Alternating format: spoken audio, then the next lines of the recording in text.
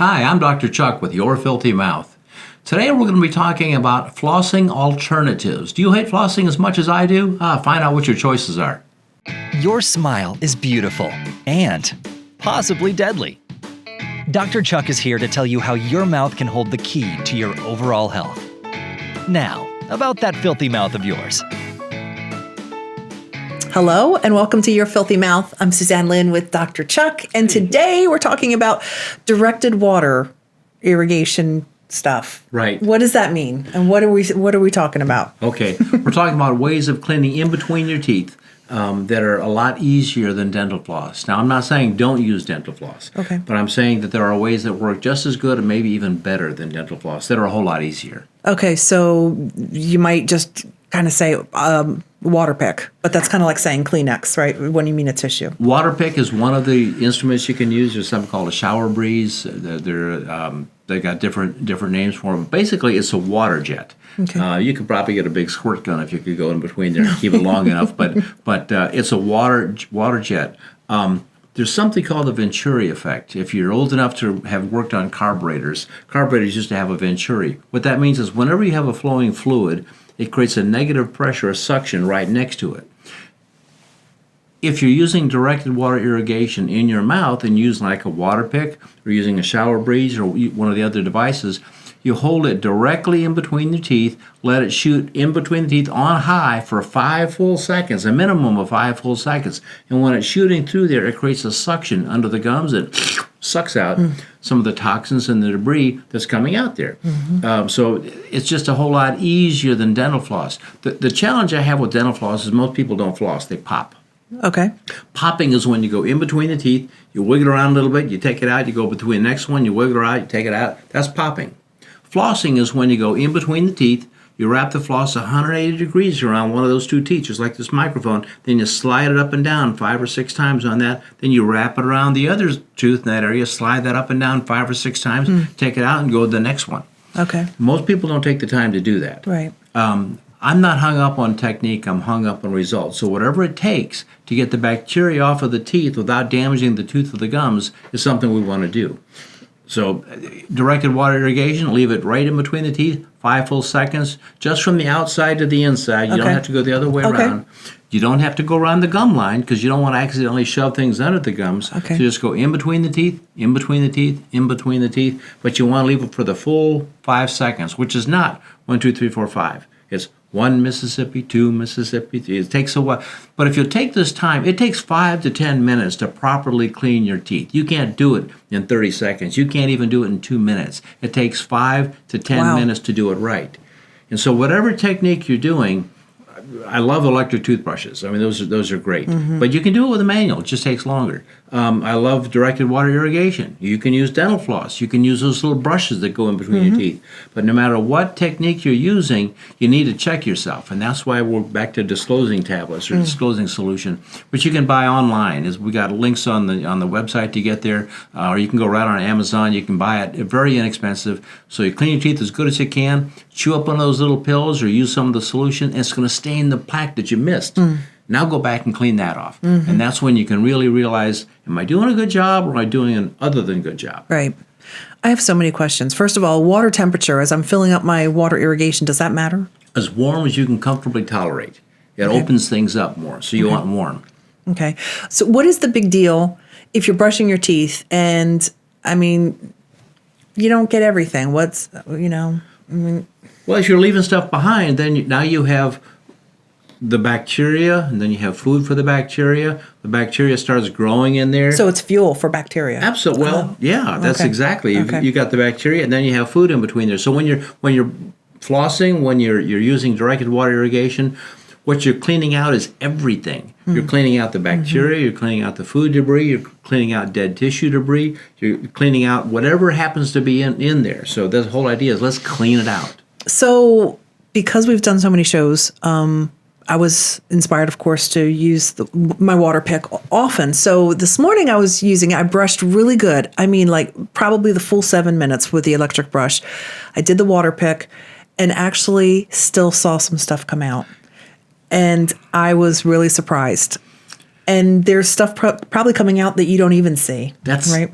Well, most of the stuff that's coming out you don't see. It's microscopic. You can't see the bacteria coming out. You can see the hunks of food coming out. And this is what patients tell me all the time. They say, I can't believe the stuff that's coming out when you, because with when you use one in the shower breeze, you don't have to worry about making a mess. You're in the shower, but you can't see what's coming out of your mouth. Right. If you use something like a water pick, or they make some of these oral breeze products that you hook up to the sink, if you use that and you're by the sink, with a water pick, I have 2 recommendations on that. Number 1, make sure it's in your mouth before you push the button to turn it on. We've all made that mistake. Okay, usually only once though. Yep. Okay, and number 2, do not look in the mirror. Look in the bottom of the sink. Rest on your elbows. Look straight down. If you look up, you're going to make a mess. Okay. If you look down, now you can see what's coming out of your mouth. That's when people are like, "Oh my gosh, I brushed. No idea. I spent, but look at all this stuff coming out. This is the stuff that you can see." Yeah. And if we're trying to clear up the mouth so we don't have infections going on, so we don't have infections getting into the bloodstream, we've got to have it clean. If you had a wound on your leg and it's messed up, you can look right at that to make sure it's good and clean before you rebandage Right. it. Okay? Right. You've got the curtain of the lips here. It's kind of hard to see inside. So you've got to really do as good a job as you possibly can, and then check yourself with a disclosing solution when you're all finished. So a lot of these things we're talking about today are available on the website at yourfilthymouth.com. And I mean, they're, especially the disclosing tablets, are very inexpensive, but they're fantastic, powerful tools to have. Well, if you take a test and it's never graded, how do you know how good you did? Right. This is a way you can grade yourself. So, in fact, I recommend having a disclosing party. You're a wild and crazy guy, Dr. Chuck. Yeah, especially if you got kids. On a Saturday night, everybody goes in the bathroom, okay? Yeah. Clean your teeth as good as you can. Make a game out of it. Then everybody uses a disclosing solution, and let's check and see how clean things are. Yeah, the person who has the cleanest mouth gets some kind of a prize, whatever that would be. Oreos. Or yeah, there you go. They make such a mess. Yeah. Yeah, but that's a I great would like idea. to see it, and I know this is a little far fetched, but when you get in high school and you're thinking about kissing somebody, okay, before you start swapping spit, you may want to make sure that other mouth is good and clean. So wouldn't it be cool if on a date before you went out, so you popped out those disclosing things and said, "Here, chew this thing up, and let's see if I'm going to kiss you or not." This will determine a lot of how the night's going to go. Yeah. It could either be a real funny. fun night or it could be a disaster, one or the other. But and I know that's far fetched, but if we just knew, if you knew when you're kissing somebody what you're getting from them, you may not want to kiss that person. Right. Okay, Right. I mean, I'm being serious. It's Truly, you're swapping bacteria. absolutely, absolutely. So think about it. Okay. Let's go to the question of the week next on that one. Here's Dr. Chuck's question of the week. Hello, this is Rosemary. I have a little baby. Do I need to brush her teeth at this age? They're baby teeth. Why should I care anyway?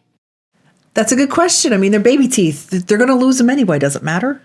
Yeah, big time. Oh. Big time. So, first of all, babies can get the exact same type of, if they have gum infections or tooth infections, it can get in their system too. And so you don't want that. If a baby has a cavity before the age of 6, it's the parent's fault, period. Because the baby doesn't buy the food. Wow. Yeah, it's a big deal. The baby doesn't brush their teeth. The baby doesn't do that. But we need the baby teeth for a lot of different reasons. Teeth are really important for chewing. How about that? So the baby needs the teeth for chewing. The baby needs the teeth for speech development. Oh. Because when they're missing certain teeth, then Christmas, you know how that Right. comes out, okay? Yeah. So speech development.